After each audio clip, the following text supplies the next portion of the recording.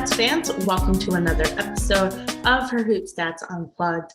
As always, you're here with Megan Gauer and an update on the countdown to March. It starts tomorrow. The postseason is very, very close, and we're super excited about that. And to kind of get into that, we're talking a lot of bracketology this week. We've got obviously the rest of the regular season for a lot of conference tournaments to come, but the NCAA tournament is very close on the radar. So getting into a lot of detail there today. And I'm here today with Aaron Barzilai. Hey, Aaron, how's it going? Doing well.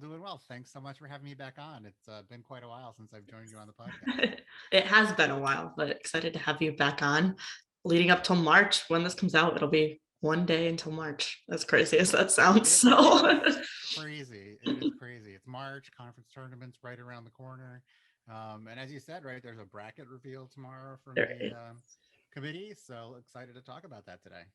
Yeah, exactly. So we get our last preview of what Selection Sunday might look like tomorrow or today when this comes out, with the top 16 seed reveal, and then no more previews until the actual bracket comes out 2 weeks from today. So no more official previews. Official previews. Yeah, plenty of previews, just no official ones. One of the benefits, right, of women's basketball is there's actually a ton of time to debate it. We should really be having more bracketology than in the men's game because the major conference tournaments are all done earlier.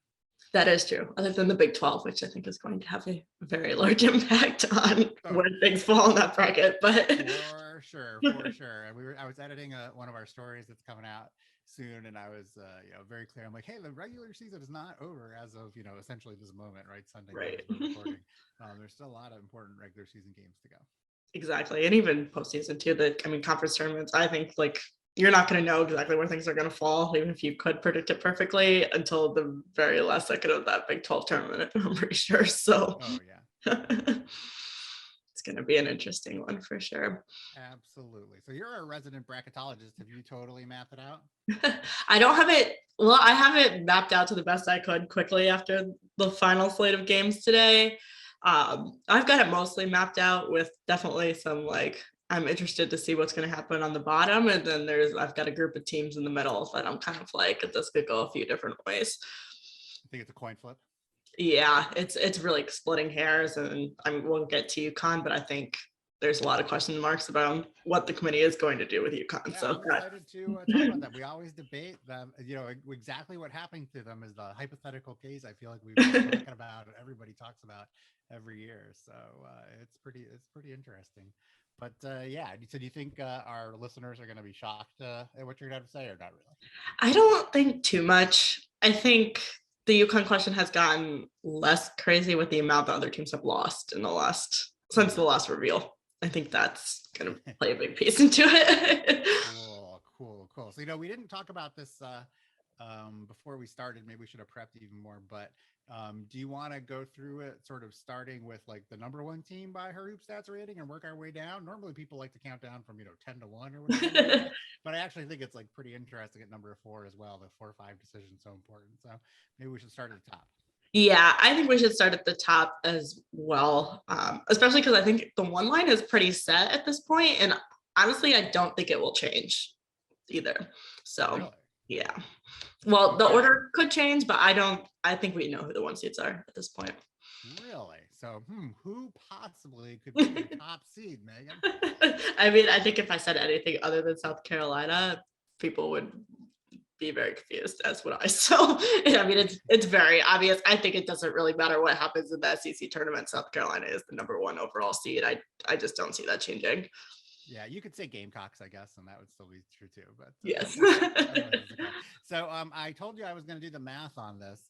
I went ahead and sort of did essentially a estimate of what our simulation is going to be for the chances that South Carolina can win the whole tournament, right? So they're presumably playing a very weak team at home to open, and then maybe the 32nd roughly best team in the country, which I have as if you look at our herd stats rating, that's Ole Miss. Then maybe the 16th best team in the country is something on the order of Virginia Tech based on our her hoop stats rating, and of course we're gonna use our her hoop stats rating for this. Interestingly, BYU right now is currently 8th in our hoop stats rating, which like surprised me how high they were. But even if it's not BYU specifically, I think Iowa was 9th, and the odds would end up being about the same. So they play BYU, then they play like the 4th best team, presumably in the Final Four. And finally, the championship game, you'd expect them to play the number 2 team in the country, which is NC State. So when you put all that together and all our little win probabilities for each of those individual games, what's your guess as to the chances that South Carolina is going to win the whole thing based on that math? Ooh, I'm gonna guess somewhere in the order of like 30% ish. Wow, that's actually exactly right. Oh. Do this math, with our super high precision, right? It's 30.58% to 30.6%, which I think might surprise some people, as dominant as they've been, that they still, as we've estimated it, as that little back of the envelope estimate is, it's still only about a third of the time they'd win the tournament, if they played it like 1,000 times or whatever. So, I think it just speaks to, even as amazing as they've been all season, how, there's still no guarantees. It's like really easy to say that they're definitely the number 1 overall seed, and I wholeheartedly agree. But, right, as Missouri showed, in any one game, you can definitely go down. Yeah, I will admit that I was looking at win probabilities between like the top 5-ish teams the other day. Okay. So I had a little bit of a head start. I'm trying to make that guess. Yeah, I mean, on a neutral, we only give them like a 61% chance at this moment of beating NC State. Because NC State's quite talented too, right? And certainly they should be favored. I think we would. Do I have that one up here? Give me a second. Let's see if I can stall or if I need you to stall. So yeah, I mean, we think the score would be, not unlike a lot of the late tournament games last year, right? Something maybe like 65-62. So you just, and these, as much as I would like to think they're perfect, these predictions absolutely are not. And so, especially as you see, something happens like, Caitlin Clark's game today, Yes. when unbelievable. And, suddenly, the best team in the country is out. So it's going to be a fun tournament. That's for sure. Yeah, I think when I'm looking at this tournament, like there's still a pretty small subset of teams that I think have what it takes to win it all. But I do think that we are going, or it's at least more likely that we could see some earlier upsets of teams that are considered part of that group. Got it. I'm guessing you're not anticipating a early upset for South Carolina, though. Probably not, but like you said, that Mizzou game like shows us that it could happen. So it's not off the table. I still don't think it will happen, but I think it's going to be anyone's game in a lot of these games. So it'll be an exciting tournament for sure. Now, since they're the number 1 team, we should probably talk about them a hair more than the others. Like, Yes. assuming they do, walk to the championship and, end up only with that 1 loss, right, all season. Missouri would be the only loss that they had. Like, I'll start with that, the more positive scenario. Like, what do you think we'll have witnessed over the course of the tournament if that's how it plays out and they're hoisting the trophy? Yeah, I mean, I think it starts and finishes with Aaliyah Boston, right? She's just been so great all season long. I know people want to debate the National Player of the Year, but I just don't think there is any debate at this point. I think it's Aaliyah Boston's, and she's just on both ends of the floor been fantastic for South Carolina. I forget how many straight double doubles she's at this point. I know it's an SEC record. I mean, and for them to, outside of that one kind of fluke loss to Mizzou, run the table in the SEC is extremely impressive. I don't think the SEC is maybe as good at the top as it has been in the past few years, but still, I mean, LSU has been good, Tennessee has been good, Georgia's been good. For them to come out of that kind of unscathed outside of that one Mizzou loss is impressive. Yeah, absolutely. See, I'm trying to count it up here as we talk. 1, 2, 3, 4, 5, 6, 7. I think it's 21. Because she got another one today, actually, against Ole Miss, 15 points and 14 rebounds. So yeah, we've been talking a little bit on Slack, right? I 100% agree that she's got my vote for, at the moment, at least, for National Player of the Year. What she does is so impressive. I wish, though, that people could also, or I hope that people can also recognize that just because people are pro Caitlin Clark means that Yes. they're not does not mean that they're Agree. anti Aaliyah Boston. What Caitlin Clark is doing is amazing Yes. too, right? You heard it on ESPN today. The stat I know that we had dug up a little while ago, right, is that she's on track to be the first person ever to lead the country in both points and assists in the same season since the NCAA started tracking assists for women basketball in I think it was 85-86 was the first season. So I mean, it's remarkable. And Agreed. Yeah. yeah. So, but I agree, right? I mean, I think it starts with Aaliyah Boston just kind of asserting kind of her will on the game. Yeah, and I think that's kind of, if you like look at these teams and who could get upset in the early rounds, I don't see it being South Carolina, just because I think the talent that Aaliyah Boston has, and that compared to pretty much every other center in the country, is going to allow her to, even if South Carolina gets themselves in a tight spot in an earlier round, I think having Aaliyah Boston is going to be enough to get out of it. Got it. Now, so what is the unfortunate but surprise scenario where they don't manage to win it all? What do you think that would end up looking like? I think it's probably a loss somewhere in the Final Four area. I think South Carolina is very good, but I think Stanford has also gotten to a point where the gap between South Carolina and Stanford is not large, in my opinion. I think we've seen a Stanford team. I mean, it wasn't large right when they played back in December. South Carolina won by 4 points. That's a pretty small margin of error to begin with. But I think the Stanford team is better than they were back then. That game, if you remember, Stanford had a really, really solid first half, was able to score a ton of points, but then turn the ball over a ton in the second quarter or second half, something that's been a problem for Stanford this season. It's something that they have seemed to figure out a bit kind of down the stretch here in the conference play. They also have not lost since that South Carolina game. They've run the table in the Pac-12, which is impressive in and of itself. Maybe not as impressive as it has been in past years, but still impressive stretch to do that. And I think they've kind of figured out that point guard role a little bit more in the last month. Anna Wilson has been playing more in that role. She's been fantastic. I did the math on it last week, and this doesn't include like this week's games, but over the last month or so, going into this weekend, her assisted turnover ratio was over 6. That's insane. That's very different than what we saw from Stanford at the beginning of the season. Exactly. Yeah, and her shot wasn't falling either, if I recall correctly. Yeah, which I don't think they necessarily need Anna Wilson to score. There's enough other people on that team that can score. If she can distribute the ball and continue to contribute what she does on the defensive end, I think they're in a really good spot with her on the floor.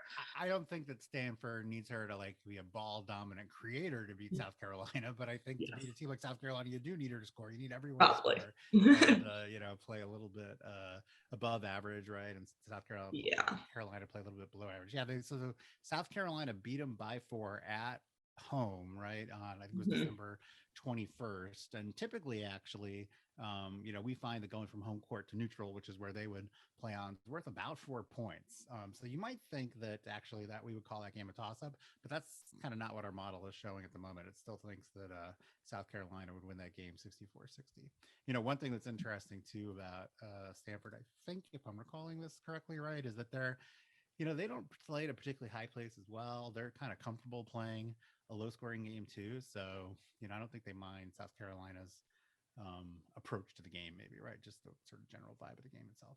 Yeah, and I think that slow pace can almost in a way favor Stanford just because they can hit the 3, which can just allow them to create a little bit more separation there. South Carolina, if you're going to try to find one flaw with that South Carolina team, they're not great at the 3 ball. And I think that's an area that Stanford can kind of get the edge there. Yeah, and get some variance on as well. Yes. Okay, so we've talked a lot about Stanford, actually. They're technically 3rd on our Hoop Stats rating. So NC State's 2nd on our Hoop Stats rating. Who do you have as the 2nd overall seed?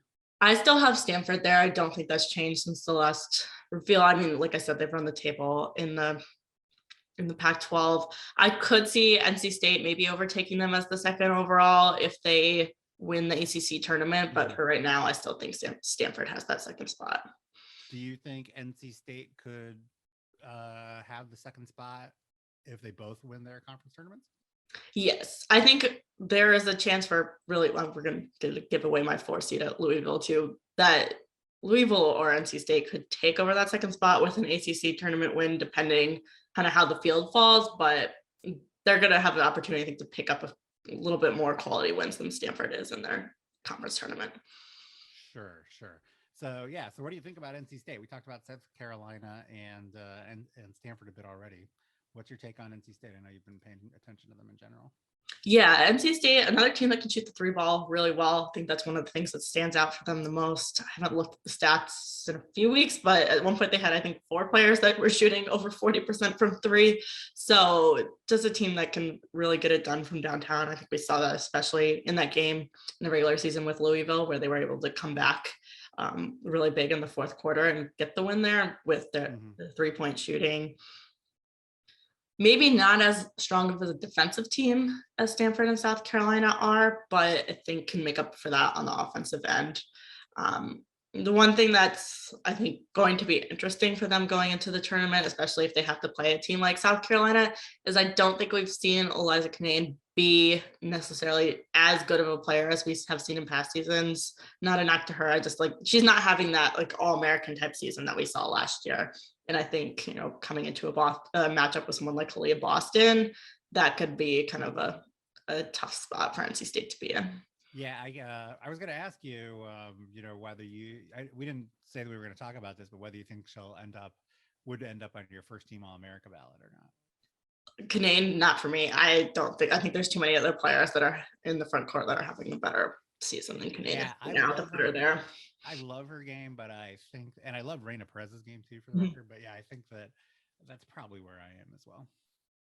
Yeah, honestly, I don't know that she would even fall on a second team All-American. I think you just have too many players like Ilkali, Anissa Morrow, some players in the front court that are putting together some really, really, really strong seasons.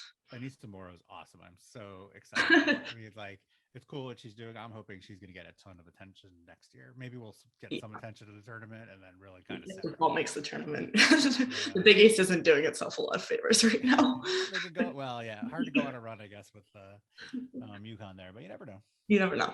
Great. You never know. So, but in general, you said you're still pretty high on NC State. Do you really have them in that top tier teams?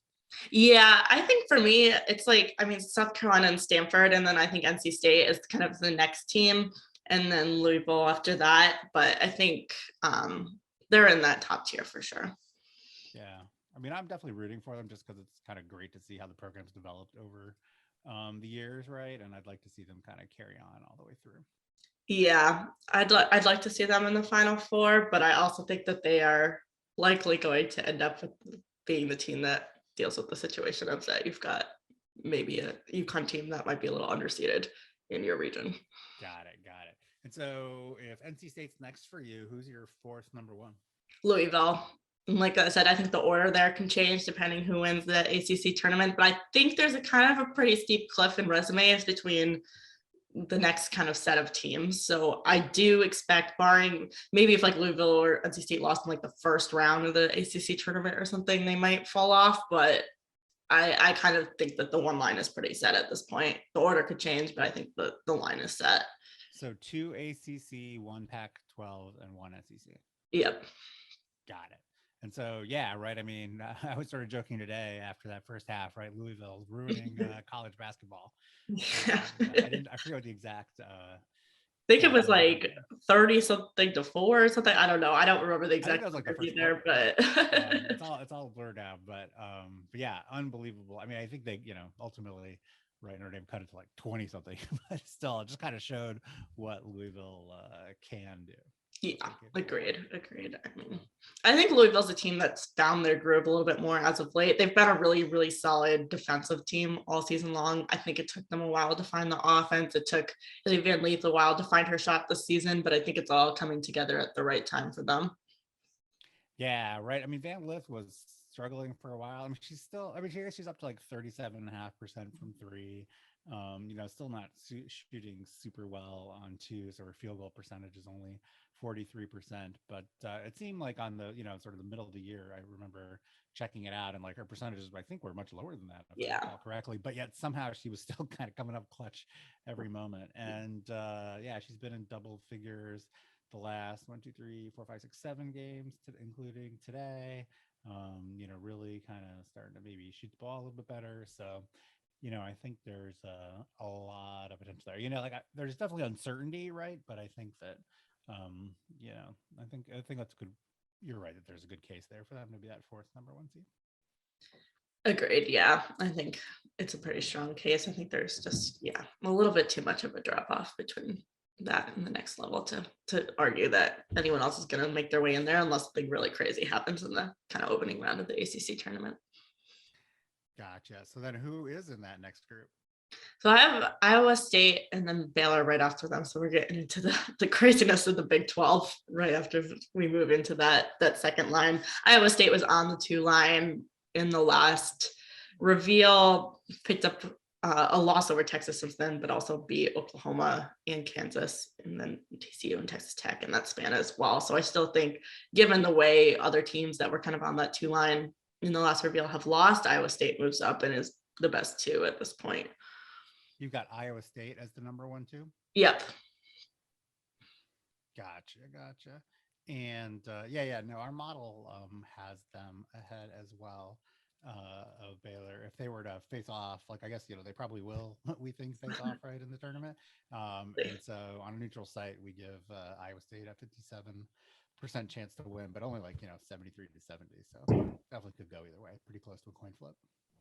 Agreed. Yeah, I think it's a close flip, and that I think order could definitely flip depending how things go in the rest of the Big 12 regular season first, and then the Big 12 tournament. I know they're playing tomorrow night, right? This is going to go out during the day, so shortly after people are listening to this big game, I think 7:00 tomorrow, 7:00 Monday on ESPN2. I'm guessing that the halftime show of that is when we're getting our bracket reveals. I think so. So it'll be amusing to hear if they say anything about what they say about the 2 of those. So the fun part will be that reveal will be irrelevant 20 minutes after it comes out. Seriously, so one of those teams obviously is going to lose. So you said you basically have Iowa State and Baylor 5 and 6 in your bracketology. So when one of them loses, are you of the opinion that shouldn't really change and they'd still be 5 and 6? Or if we were talking on Tuesday, would you then? I think it's going to depend how they lose. Mm-hmm. If it's a close game, I could say it's kind of staying table stakes. I think they're both kind of still have pretty solid convincing cases to be kind of at the top of the 2 line.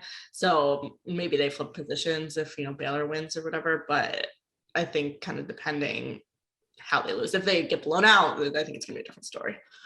Right, absolutely. No, I'm a firm believer in that, right? It's like if they were to play it instead of each other, if Baylor was to play South Carolina and lose to them, I don't think you should really penalize them if we think South Carolina is a better team and they sort of play to expectations. But yeah, if it turns into a big blowout like that Michigan Iowa game today, maybe then it's a little different. And even then, right, I'm a pretty firm believer it's only one data point. Yes, exactly. You really got to look at the whole totality of the season, right? Baylor's let's see who I got here now. Oh, sorry. So yeah, Iowa State's 16th basically in margin of victory. Baylor is 13th essentially, right? So they're quite similar. And they've got some losses. Well, I guess Iowa State's already lost to Baylor once. That was at Baylor, right? Mm-hmm. Pretty handily, 87-61. So it'll be interesting to see if there's a sweep or what happens there. Yeah, exactly. The Big 12 has been nothing but chaos, so I have no idea what to expect. Yeah, so interesting. But you have Iowa State over Baylor because looking at their kind of our compare resumes page for these 2 teams, right? And it's not like Iowa State has a lot of big wins. Yeah, I think it's just the number of quality wins in the Big 12, and then just also looking at where the committee had them last time compared to where they had Baylor. I don't know that Baylor's picked up enough more quality wins in the last couple of weeks to leapfrog them at this point.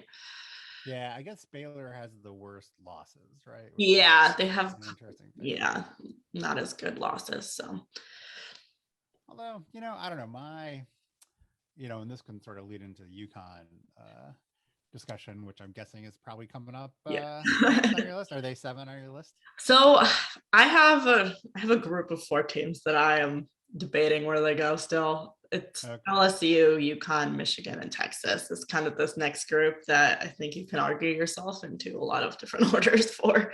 I think the first 6 to me is pretty clear cut, but after that it gets dicey. Yeah, what's interesting, right, is so against our Her Hoop Stats top I guess 25. Like Iowa State is only 2-4, right? So they've beaten LSU, or sorry, they've beaten South Dakota State and Iowa, but they lost to Baylor. They lost to Texas twice, who Baylor beat twice, and they lost to LSU. Did I say that already? They beat South Dakota State very early on. I think that's yeah. So I really do value at the top, like how these teams are playing against the Mhm. very best teams, right? Occasionally there can be a little bit of a slip up. Baylor, actually got swept by Oklahoma and lost to Kansas State, which are, okay, sort of okay, but at the real top, they beat Texas twice and they have that Iowa State win.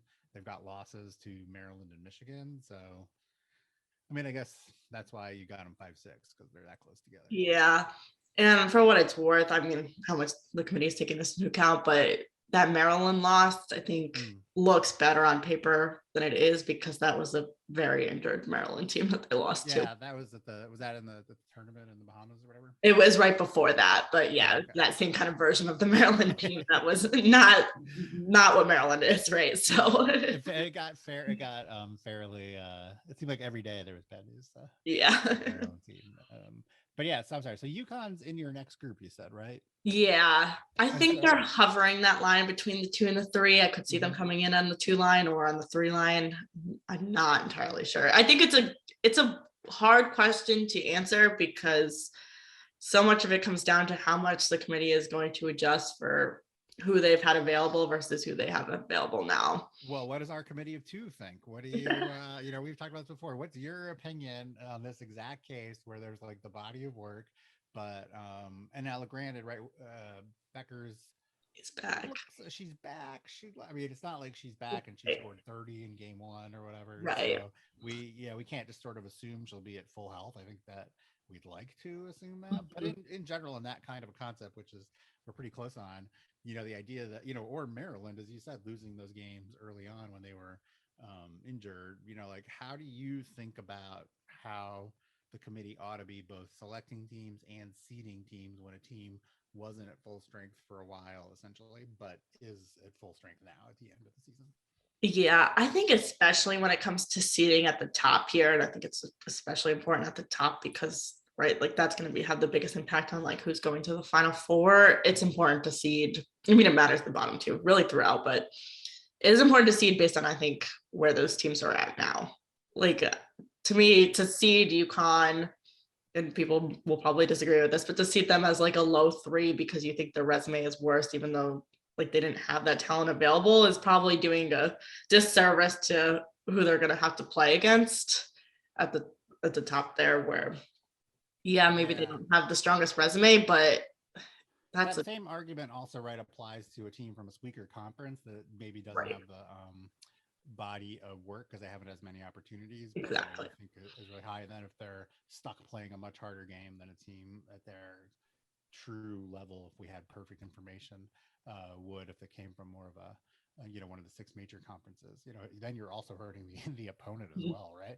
Exactly. Yeah. So it sounds like you're arguing for something that I think I've always been in favor of, which is more of kind of essentially seeding based on really a predictive kind of approach, right? Here's where they are today, here's what we think how it would play out at this moment, right? And so you're using the information from the past to to make that assessment, right? And while we've got our model, right, ultimately we know our model is not perfect, and we wouldn't necessarily say this is exactly how you need to see them, but you're kind of using other information or weighting it differently than the information that we're using in the model, as opposed to something that's a little bit more, like a more traditional professional league when it really is just record, right? Like it doesn't, you don't get credit for wins and losses in the WNBA. You don't get adjusted in your playoff seeding because of injuries. Yeah, which I think, I mean, this is like a NCAA tournament problem because it's not seeded at all by record, really. So it is what it is. Yeah. But yeah, I think you've got to consider that. I think to me, the thing with UConn is, assuming they run the table in the Big East tournament, I don't know that they're going to be on the 2 line when they release it today, I guess, when this comes out tomorrow. But I think we will see them there come Selection Sunday, assuming like Paige Beckers is playing more minutes come the Big East tournament. I could see the argument that you still don't really know what level Paige is back at. She's only played 10-ish minutes, 13 minutes a game so far in these 2 games. But if she's back in the Big East tournament playing, 25, 30 minutes a game, I think you have to put them on the 2 line. To me, I think, go ahead. How good did you think they were, like, basically before she got hurt? I think things were coming together. This team is, I think, just in general, very hard to see, to kind of judge, because even before Beckers came back, they were still missing so many key pieces in basically every game. Like they've had 3 games this season, I think, even in the last, since Beckers went down, where they've had everyone but Beckers. So it's very, very difficult, I think, to kind of figure out where they're at. Did Fudd play with Beckers at the beginning? It was like a little bit, but so Fudd played a little bit with Beckers at the beginning, but AZ Fudd was injured during that time and then was out before Beckers was out. Obviously, we've seen at this point that AZ Fudd, the player that's been playing the last month or so, is very different than the injured AZ Fudd that we were seeing at the beginning of the season. And then you've got things like, when Beckers went down, they also lost Nika Mule for a while. Right before that Oregon loss, they lost Kristen Williams to COVID protocol. Right before they lost to Villanova, Olivia Nelson-Dodo was out. They lost Dorka Juhas for a few games. They've lost Caroline Ducharme for a couple games. So it's very difficult to kind of judge where this team is at, because you really haven't seen much of a body of work from them where they've actually had everyone that they're going to have going into the tournament, knock on wood, I guess. But we haven't really seen it all together. Yeah.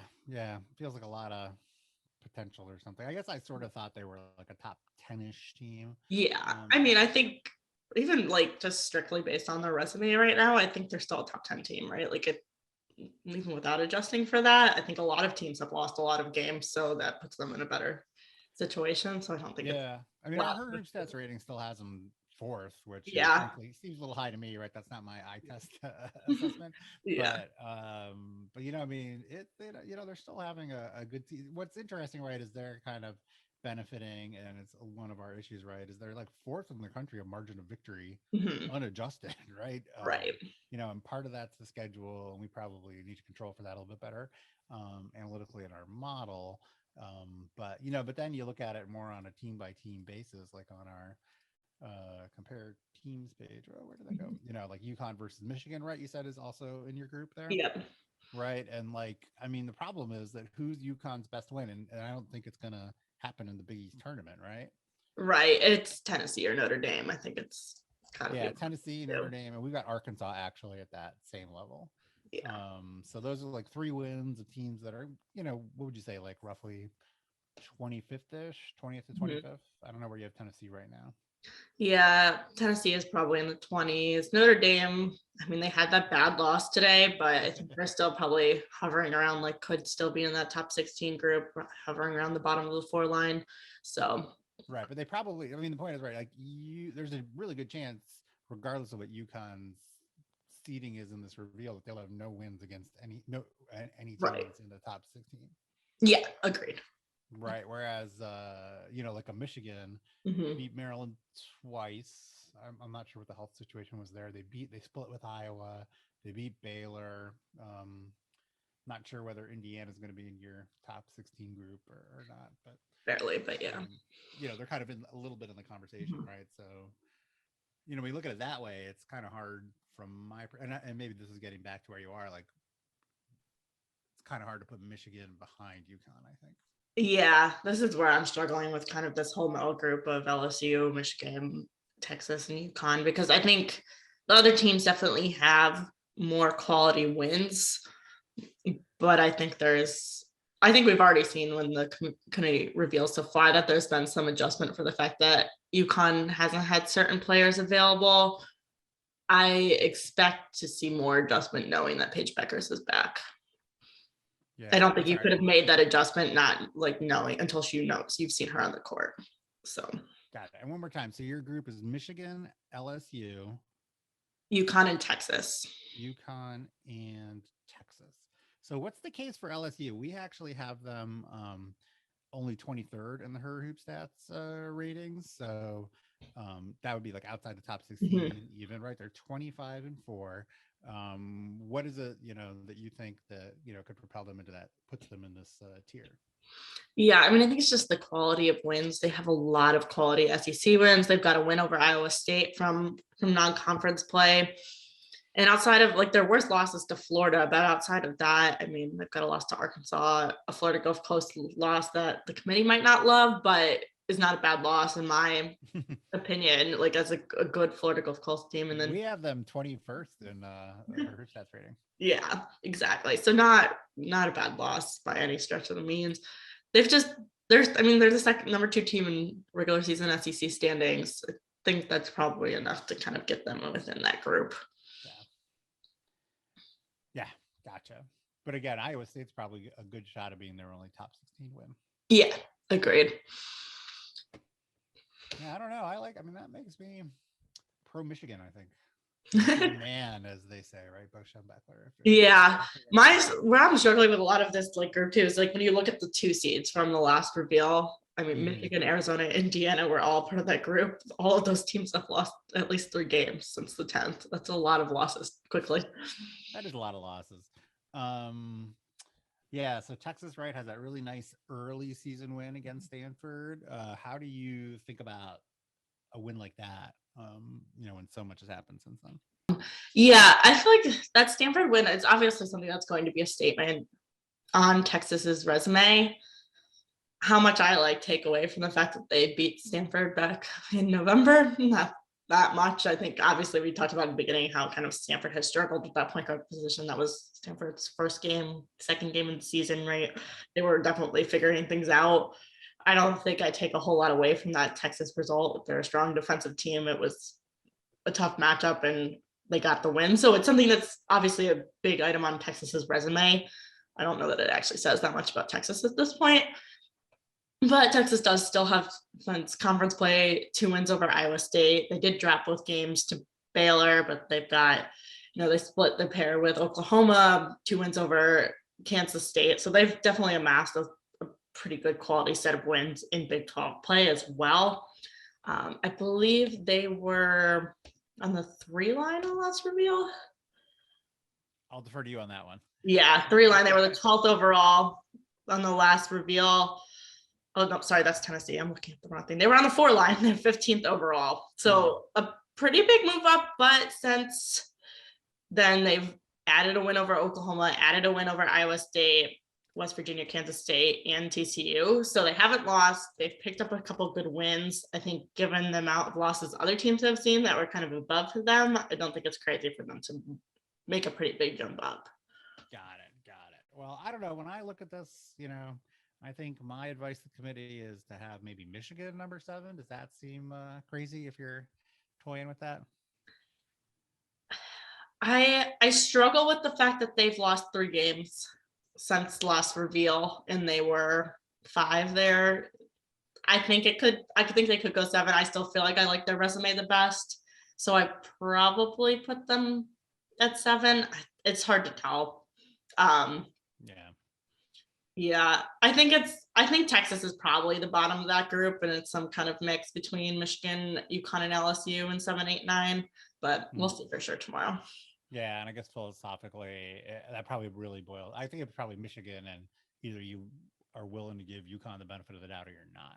Right, and I think that's going to be telling tomorrow. I think that's one of the hardest things to predict because it's just such a not like a situation that it's easy to point to like a historical example of how they would handle this. Yeah, so. And it's always an interesting question, but I guess today you're trying to sort of predict what the committee's going to do as opposed to who I actually think are What would your vote be if you were on the committee for the last two seeds?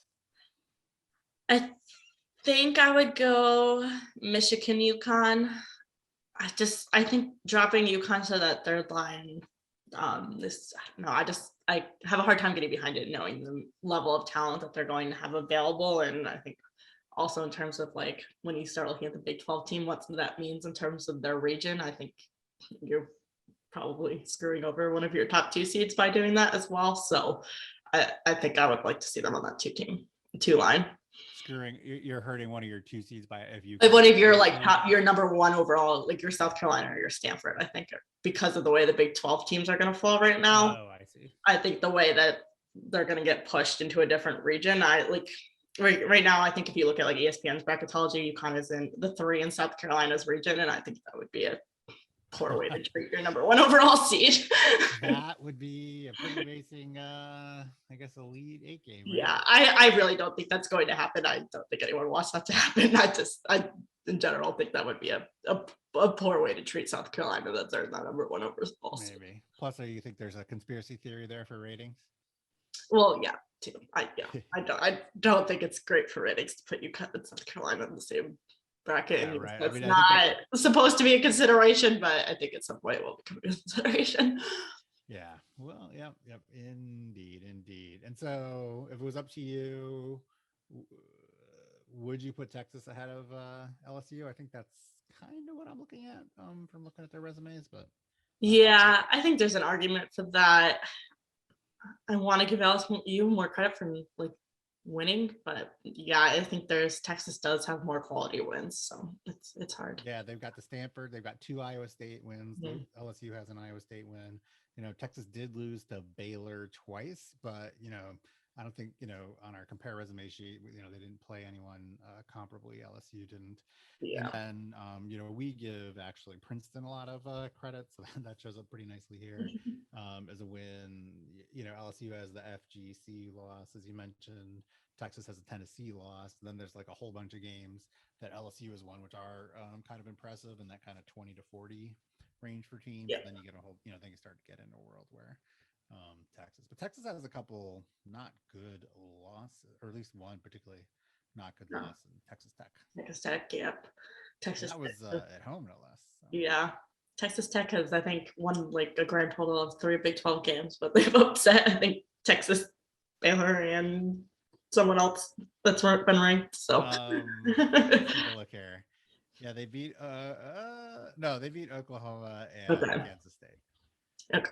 I don't think they beat anyone early. Yeah, sorry. Okay. But still, right? That's a little rough. Yep. So cool. Okay, so that batch again: Texas, UConn, LSU, Michigan. It's so hard to keep track of this, right? It gives you for what the committee does. And I will say, to your point, when I went to a committee, it was like a mock selection thing they did for the media and for coaches to kind of show what the process was. They did talk about seeding based on, there's the considerations for all the rules around conferences and stuff, which is sort of alluded to, although I'm not quite sure I'm fully tracking how it applies as far as breaking up the big, since the Big 12. Yeah, it applies more when you start getting into bracketing and putting teams into regions. Exactly. But they did sort of talk about selection based on body of work, but then seeding based on prediction. Yeah, exactly. Which I think they're doing now, kind of what we've been seeing a lot in terms of like the way UConn has been seeded so far and the way I expect them to be seeded tomorrow. Okay, so getting back now, looking at it again from her hoop stats rating perspective. So we've talked about South Carolina, NC State, Stanford, UConn. We have not talked about Maryland. We've got BYU pretty high. We've got Iowa pretty high. Princeton and Gonzaga probably higher than you do. So who's like in your next group? Is Maryland and or Iowa in there? So I have Iowa and Maryland both on the 4 line, but maybe just quickly to wrap up the 3 line, I've got Arizona sitting there. I don't think there's a whole lot of surprise there. Arizona and who? Oklahoma. So teams that have been in the reveal so far had some losses, but so dropped down some, but still sitting in that 3 range. But yeah, the top of my 4 line right now is Iowa and Maryland. I think Iowa did themselves a lot of favors over the last week, especially today. That big win over Michigan, I think definitely gets them in there. I don't know if I'm sold on them being the top 4, but I think we see them on the 4 line tomorrow. And Maryland as well, I think has picked up some good wins over the last few weeks. Obviously, some consideration to the talent that was available and some of those losses. I think they're probably on the 4 line as well at this point. I think both of those Big Ten teams get in.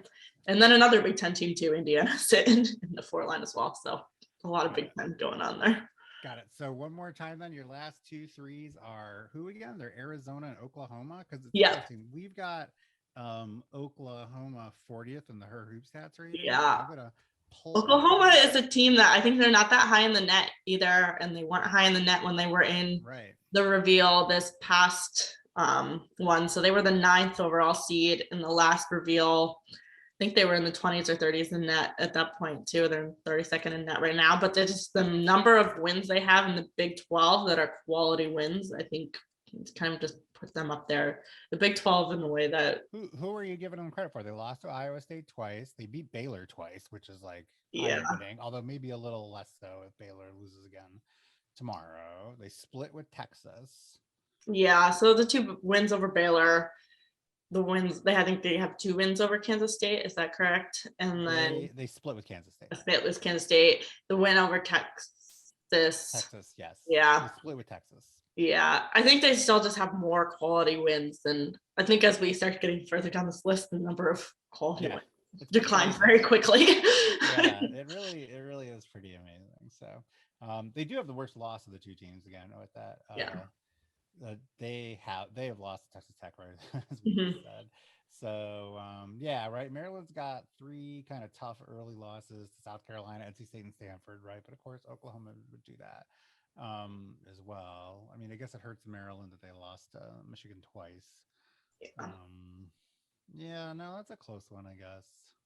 Yeah, I think Oklahoma benefits from the fact that those other 3 top Big 12 teams are ahead of them. So some of those losses don't look as bad as maybe some of the other ones. Yeah, I guess that's true. One reason our system doesn't, the Herb Stats ratings don't like Oklahoma as much is that their margin of victory is not super high. They're only, they're winning only by 8.5 points per game, which is 58th in the country versus Maryland's at 11.9. And even when you control for pace, Maryland ranks 36th and Oklahoma ranks 79th. So, you really have to believe that that schedule is much tougher. Yeah, well, I think we see that in their net ranking too, but I think what we've seen is that the committee clearly didn't care about that in the last year. So I think that I'm largely using that as the measurement that, the committee knows their net is low, still put them at 9th overall in the last reveal. So it was really, I think we've seen this over the last 2 reveals. There's a lot of focus on quality wins. Right. Yeah. Sort of Baylor twice versus Iowa and Baylor. And do you consider BYU a quality win? Yes, I do. They're a team I don't have in, but I hope that we'll see them in. The committee doesn't tend to, I think, favor on the top line, the mid-majors. Still think they're a team that might get in there if other teams lose in their conference tournaments. But a team I'll be happy if we see them on the top 16 line tomorrow, but I don't know that we will. Do you think that Oklahoma's win over BYU is better than Maryland's over Indiana and Nebraska? I don't know about over Indiana. Definitely over Nebraska, in my opinion. I think it's a better one. I think BYU is a really good win, but I don't know that the committee necessarily will look at it as better than Nebraska. I think that's fair. How about Ohio State? We should. They're probably not on your list, but we should give them some love, right? Who? Ohio State. Sorry. Ohio State, yeah. Ohio State, I was struggling with this too because I'm like, all right, so Iowa and Ohio State split the Big Ten regular season title, but I don't think Ohio State has enough quality wins to quite get in there. Got it. Okay, so coming back to it then, for you, do you have a quote unquote Final Four for the 4 seeds, or how far does your group spill there? Yeah, so I said Iowa and Maryland and Indiana already, I think. So those are 3 of your 4s. And then I think Notre Dame probably still sneaks in at number 16, even with that rough loss today. But I think BYU and UNC are hanging out right around there too. Got it. So Notre Dame, so you have Notre Dame ahead of UNC. Yeah, I do for now at least. And what, I'm pulling up their resumes here. What kind of tips that balance for you? Let me pull it up too. I'm trying to remember. Notre Dame does have that NC State. Yeah, I think that's a big one. They have that win over NC State. That is a really quality win. And NC State blew out North Carolina on the flip side there, but yeah, and then Notre Dame did beat Carolina in January 70-65. I think everyone was healthy. I forget. Yep. Yeah. I mean, it's splitting hairs, I think. Yes, I would. They're very close. I think Notre Dame just has a little bit more of a couple better wins than North Carolina does, but like I said, it's splitting hairs. Yeah, I think they probably have the worst losses, right? Because they lost to Yeah. BC, Duke, and Florida State. So it'll be interesting to see how the committee cares about that. Because the worst team that North Carolina has lost to is either one. I mean, Notre Dame or Georgia Tech, probably, Yeah. depending on how you rank them. Maybe Or Virginia Tech, Virginia but Tech. Yeah, it's funny how you want to say it, but yeah, I agree. I think it's hard to tell. Um, I think, I mean, Notre Dame won the head-to-head. Not that that's a huge point, but I think it gives a little bit of an edge as well. So yeah, I'm curious here. I didn't look this one up ahead of time. Yeah, if they were to play on a neutral, hypothetically, right? Like, I don't know, man. Maybe, yeah, I guess our neutral UNC. gives what you.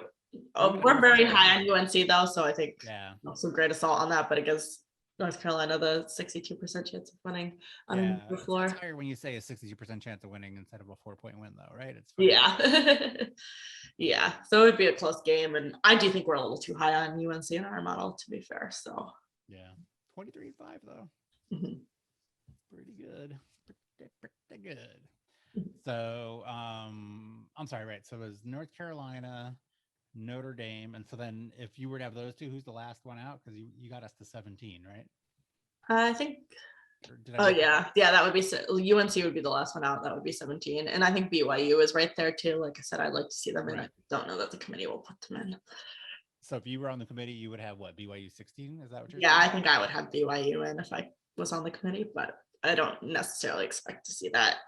Tomorrow, I do think there's a much more likely chance that we see it in the actual bracket, though, because the Mm-hmm. chance that, well, because all these teams are in the same conferences, someone has to lose. So Yes, there'll be some losses. BYU could win its conference tournament. Would be on its other end, yeah, right? so if BYU wins out, I think they more likely than not could end up in the top 16. So then I guess, we've actually been going for a while here, so we should probably think about wrapping it up. But I mean, the natural question is, like, who do you think could surprise us? Or, who, alternatively, another way to think about it might be like, whose fans are we going to hear complaining to us that we didn't mention them yet? Probably Tennessee.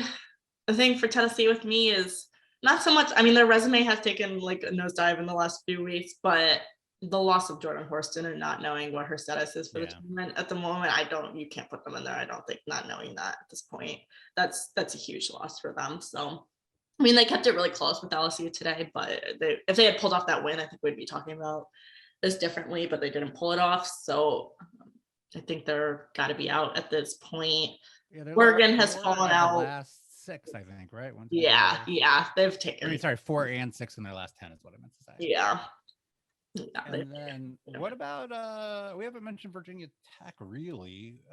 yeah, they're hanging around. I feel like with that Notre Dame UNC group as well. Yeah. I think they haven't quite amassed the number of the bigger wins, but a team I think that if they make some noise in the ACC tournament could sneak in for sure to the top 16. Oregon as so you well. thought about them, Oregon too? Yeah, I was going to ask about them next. Yeah, I think again a team that if they make some noise in the Pac-12 tournament, I think they're a team that we even saw that at the last reveal they were still in after a couple losses. They've lost 3 games since then. I mean, the one to Stanford doesn't really matter to me. I think you expect them to lose that, but the Oregon State and the Colorado losses I think bumped them out. But they come and picks up some big wins in the Pac-12 tournament. Given we clearly see that their injuries have been adjusted for in the first 2 reveals, they could sneak back in. Yeah, they're only, I guess, 5-5 in their last 10 themselves. So, Yeah, I think you it's get to 8-5. What 8-5? Then you'd be doing sounding a little bit better, and I kind of feel like they're in a position where unless they upset Stanford in the Pac-12 tournament, they're probably not in. I just don't think there's enough opportunities to pick up really high quality wins in the Pac-12 right now. Got it. And how do you think about them from a health perspective, sort of like the UConn discussion? Yeah, I think that's another like really good example of ways we can point to like kind of the committee is definitely adjusting when teams get healthy back, because like we saw in the first reveal they were in and then they were still in the last reveal. So it kind of feels like some of those early losses have been not totally ignored, but somewhat ignored in the kind of where they're being seated, which I think is a good appropriate, right? Like they're truly a 4 or 5 seed, like in talent right now, that's where we should see them at. Yeah. And are you willing to go the other way on that? And if someone gets hurt or someone, I don't Yes. know, comes down with COVID, drop them Yeah, down? well, I think COVID not so Players? much because like it's theoretically shouldn't really impact like outside of like the next like 7 days or whatever. But Well, I don't yeah, know, right? I mean, if they yeah, have COVID and they're gonna, I mean, that could hurt them through the Elite Eight almost, right? It could be true. like I 14 could. days, right? Yeah, I feel like we're not going to know that someone has COVID enough to like address Yeah, I for guess it. that's So true. Yeah. I don't think that's necessarily going to fit. But yeah, I mean, like I said with Tennessee, like the Jordan Horston injury, if she's not going to be available, I think you have to adjust for that. No, I think we've seen that in the past, right? Like a lot of time coaches are very close-lipped about players that have minor things going on because they want the committee to assume that they're going to be good to go. Run them out there when they're a little bit injured if you're not doing Yeah. anything worse, just to make sure the committee doesn't penalize you. And then like, oh, we got to rest her the first weekend or whatever. Mhm. But yeah, no, I think you should do it both ways. I think you should be Gotcha. trying to see it as close to where teams are at currently. Yeah, no, I'm with you. So what's your overall take on the whole bracketology seed reveal really process? Are you a fan of them doing it during the season like this, or, in the middle of a game that could potentially change things? Is it kind of like, why in the world are we worrying about this until the actual tournament happens? I like it because I think it's nice to get a snapshot of like where the committee actually is throughout the season, especially in seasons like this with the COVID impacts and everything else. That I think there's a lot more variables that are going into this than if it's just your standard normal season and stuff, because you have to consider all these like Iowa State lost a game without both the Jones sisters. How do you consider that? All that kind of stuff. So I really like getting the snapshot, and yes, it's irrelevant 5 minutes later, when someone loses, but you still can kind of 50 minutes adjust later. from that. I think it makes it, like, okay, this is what it is right now. And it's a lot easier to adjust up and down from that, try to figure out where things are going to go than like starting from a blank slate. So I think I like it from that perspective. I think especially, this one that's 2 weeks out, we'll be able to play with things from um, where what happens in the conference tournaments and have a decent at least picture of what some of those top lines are going to look like. The one thing I think that gets frustrating about it is that, especially with the regions, I think fans tend to have large reactions to it where like to me I like seeing it from like I like to see where 1 through 16 is. I could care less what region they say people are in right now because it's like one game changes that, right? So it's just it's not like worth I think UConn fans in particular right now have been very much focused on that and like are they not going to be in Bridgeport, but I think that part is so irrelevant until you get the final bracket because like I said, one What game. are the four regions again? Are Bridgeport, Connecticut, Yes. Greensboro, North Carolina, and I am blinking on the other two. Spokane, Washington, and Wichita, Kansas. It's a great job saying Spokane. As an East Coaster, I'm impressed. So, and Wichita, right? Yeah. So, so that would mean, what would be your guess then as to how the one seeds would shake South out? Carolina and Greensboro, Stanford and Spokane, NC State and Bridgeport, and Louisville and Wichita. So yeah, NC State and Bridgeport would be sort of the interesting one, I guess. Yeah, they're most likely to get stuck with UConn.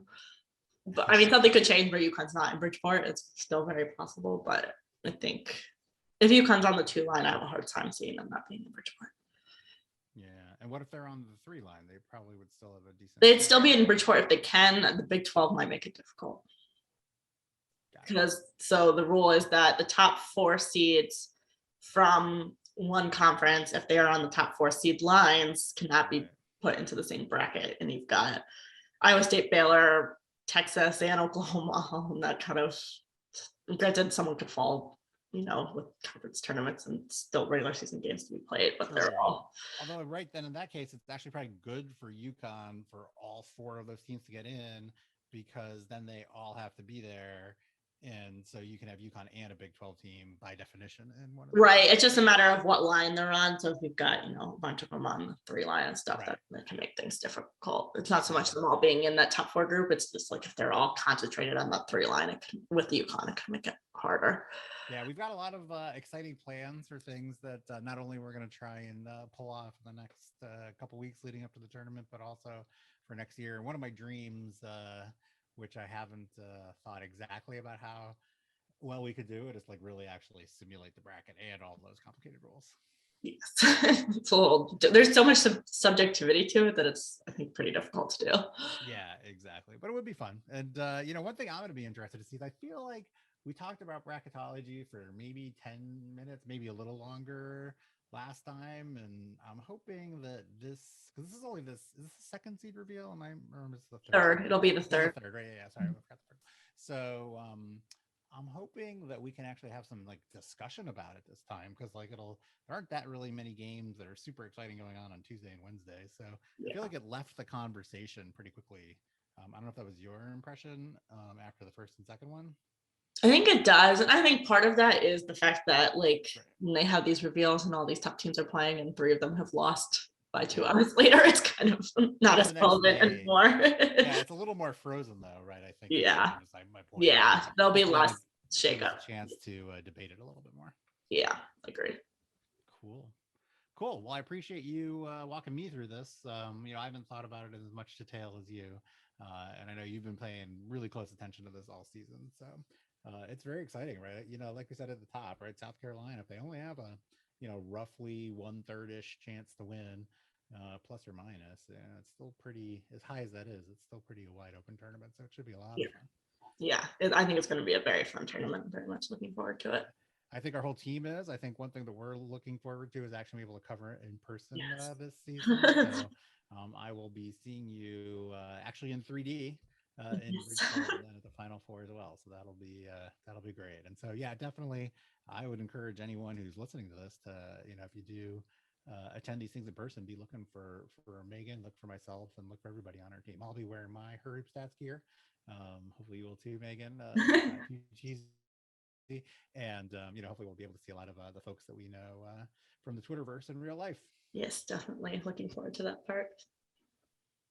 Cool. Okay, well, thanks a lot. I think it's getting past this old man's bedtime. Yeah, thanks, Aaron. Well, that's all for today's episode. Thanks again for listening. As always, make sure you rate, like, and subscribe to the podcast wherever you're listening or watching if you're on YouTube to us. Also, make sure you are subscribed to the stat site, everything you need in terms of women's basketball stats, especially for the NCAA tournament coming up. Must have as you're trying to make your bracket. So definitely go check that out. Also, be sure to be subscribed to our newsletter on Substack to get all of Her Hoop Stats best content in your inbox daily. And last but not least, make sure to follow us on social media at Her Hoop Stats on all platforms, Twitter, Instagram, YouTube, everything. Thanks again for listening.